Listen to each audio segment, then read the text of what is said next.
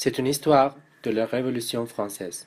En 1789, la France était une monarchie.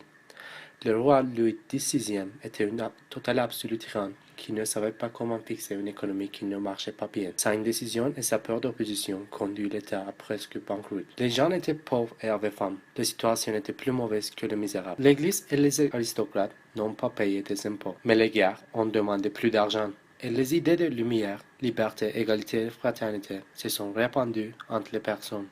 Les gens étaient désespérés et l'Église ou la noblesse ne les ont pas aidés. Et il y avait une grande crise financière et le gouvernement a dû ramasser des états généraux. Le vote devant avoir lieu par ordre. Le clergé et la noblesse sont majoritaires avec 2 fois contre 1 et toute décision a des chances de leur être favorable. Les gens communs, les tiers, ont toujours perdu. Et ils ont défié en déclarant qu'ils sont la majorité. Les riches sont devenus très inquiets. Ils sont devenus plus inquiets après la prise de la Bastille. En créant des changements, le roi et la reine ont essayé de s'enfuir, mais ils sont mis en résidence surveillée. Les rois d'autres pays ont flippé et ont déclaré que le roi de la France est leur ami.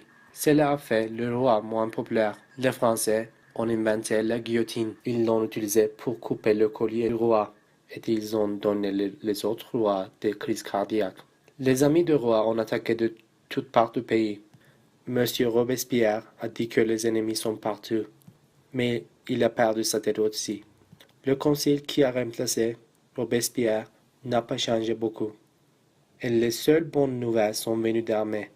L'homme qui a gagné les victoires, le général Bonaparte, s'est déclaré l'empereur et a fini la révolution.